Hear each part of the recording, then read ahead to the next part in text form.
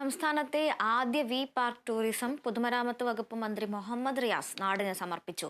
കൊല്ലം SP office ജംഗ്ഷനിലെ മേൽപ്പാലത്തിന് സമീപത്തായി 70 saint ഭൂമിയിലാണ് park നിർമ്മിച്ചിരിക്കുന്നത്.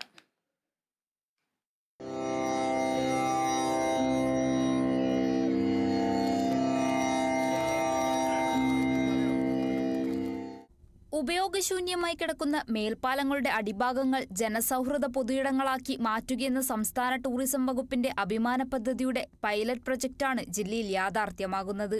വാക്കിംഗ് ട്രാക്കുകൾ, സ്ട്രീറ്റ് ഫർണിച്ചറുകൾ, ലഘുഭക്ഷണശാലകൾ, ബാഡ്മിന്റൺ, ബാസ്കറ്റ്ബോൾ കോർട്ടുകൾ, chess block, skating track, open gym, yoga, meditation zone തുടങ്ങിയവയെല്ലാം വി പാർക്കിൽ സജ്ജീകരിച്ചിട്ടുണ്ട്.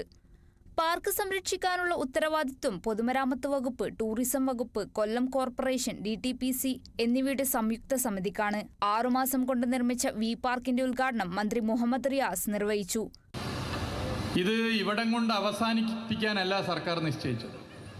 ഇതിൽ സർക്കാർ പണം മുടക്കിയെങ്കിൽ ഇത്തരം പദ്ധതികളുമായി പാലങ്ങൾക്കടിയിലുള്ള സ്ഥലം ഉപയോഗപ്പെടുത്താൻ വേണ്ടി വരുന്ന സഹകരണ സ്ഥാപനങ്ങൾ, സ്വകാര്യ സ്ഥാപനങ്ങൾ, സ്വകാര്യ വ്യക്തികൾ എന്നിവരുമായി കൈകോർത്ത് കേരളത്തിലെ 100 കണക്കിന് പാലങ്ങൾക്കടിയിലുള്ള സ്ഥലം ഇതുപോലെ ഉപയോഗപ്പെടുത്താനാണ് സംസ്ഥാന സർക്കാർ ഉദ്ദേശിക്കുന്നത് എന്നുള്ള സന്തോഷ വിവരം കൂടി നിങ്ങളെ പ്രത്യേകം അറിയിക്കാൻ ഈ വേള ഞാൻ ഉപയോഗപ്പെടുത്താൻ ആഗ്രഹിക്കുന്നു.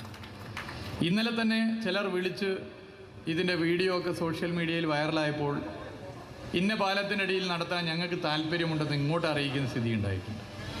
അങ്ങനെ എല്ലാവരും യോജിപ്പിച്ചുകൊണ്ട് ഇത്തരം പദ്ധതി വ്യാപകമാക്കാനാണ് പൊതുവെ ഉദ്ദേശിക്കുന്നത്.